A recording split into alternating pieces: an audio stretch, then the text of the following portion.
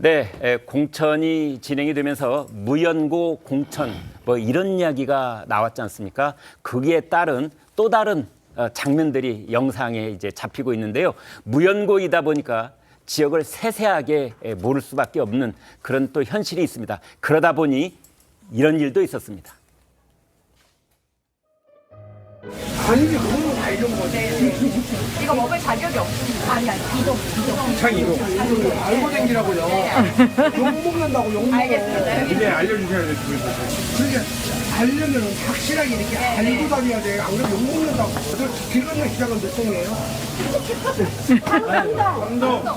상상정이요? 네, 사장님 왜 그래? 아니, 진짜. 선생님 가만히 있어. 왜 그래? 사장님, 우리 후보님 인제 왔잖아. 고향이 어디예요? 안 후보님하고 고향이 같은 경북이요. 그러면 이재명 고향이 어디예요? 안동. 거기세요? 네, 진행자가 안기령 후보를 편들 생각이 있는 건 아닌데요. 그런데 저도 사실은 동네 이름 잘 모릅니다. 특히 이제 도로명 주소를 이제 전국적으로 쓰다 보니까 저가 사는 동네, 버스를 타는 곳, 움직이는 곳, 예전에는 동네 이름 빠삭했는데 지금 모를 경우가 있는데 그러나 총선에 출마하는 후보는 그러면 안 되죠. 뭐 이런 생각도 한편으로 듭니다. 자, 황민지 기자님, 동네 이름을 대답을 못해서 저렇게 이제 구설에 올랐어요. 네, 맞습니다. 앞서 보셨다시피 안 후보는 지난 8일 선거운동을 하며 이제 지역구에 있는 창동 신창시장을 방문했습니다. 한 상인이 여기가 무슨 동이냐 이렇게 질문을 했는데 안 후보가 선뜻 대답을 하지 못한 겁니다. 그러자 이제 질문을 한 상인이 좀 알고 다녀라, 욕 먹는다 이렇게 지적을 하고 그러면 길 건너 있는 시장은 몇 동이냐 이렇게 또 물었는데 안 후보가 또다시 이제 머뭇거리자 다른 상인이 이제 우리 후보님 이제 왔잖아 왜 그래 이러면서 상황을 마무리하긴 했습니다.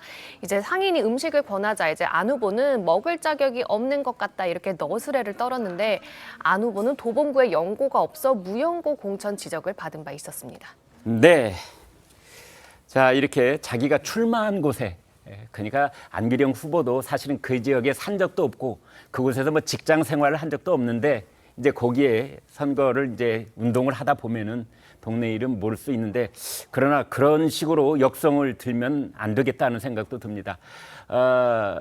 왜냐하면 안기령 후보가 관심을 가지고 있거나 또는 뭐 이렇게 좀 잘 해드려야 될 부분에 대해서는 전혀 다른 반응을 보이고 있기 때문이다.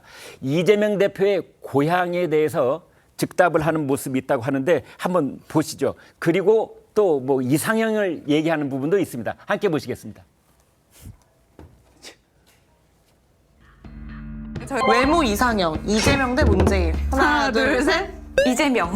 이재명 대 조국 하나 둘 셋 이재명.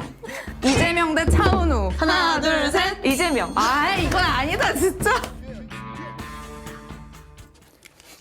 네. 안기령 후보 지역구 관련 질문에도 이렇게 즉답을 했으면 좋았을 텐데 그러지 못했습니다. 김 대변인님 네. 어떻게 보셨습니까?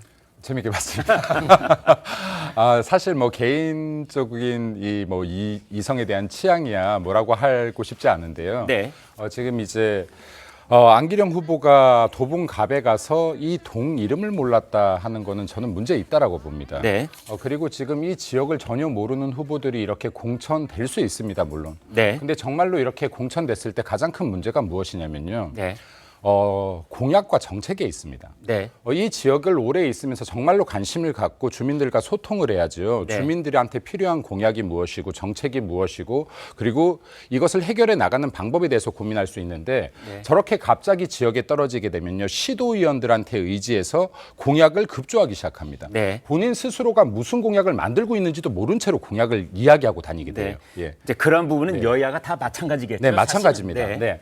근데 지금 이제 저것 자체는 아예 내가 이 지역에 가서 일정이 있음에도 불구하고 동이름조차도 공부하지 않고 갔다라는 걸 의미하는 겁니다. 네. 네. 그래서 지금 이제 이런 부분들에 대해서는 좀 반성이 필요하지 않나라는 생각이 일단은 들고요. 네, 그리고 이제 저기에서도 만약에 동 이름을 몰랐다 단지 이거 동 이름만 몰랐겠습니까? 그럼 그 지역에 대한 현안 파악이 전혀 이루어지지 않은 상태라고 할 수 있겠고요. 그리고 두 번째는 저렇게 입 바른 소리만 하는 사람들 공천해서 되겠습니까?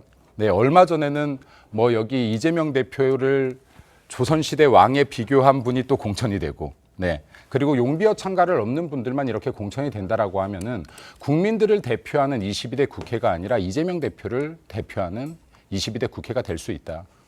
이러한 부분들 좀 아쉬움이 많이 남는다는 말씀 드리고 싶습니다. 네, 우리 정치권을 바라보는 유권자 국민들 입장에서 본다면은 제가 일전에 신문에 그런 칼럼을 쓰기도 했습니다. 유권자가 후보를 선택하는 것이 아니라 정당과 후보가 지역구를 쇼핑하는 것이 아니냐.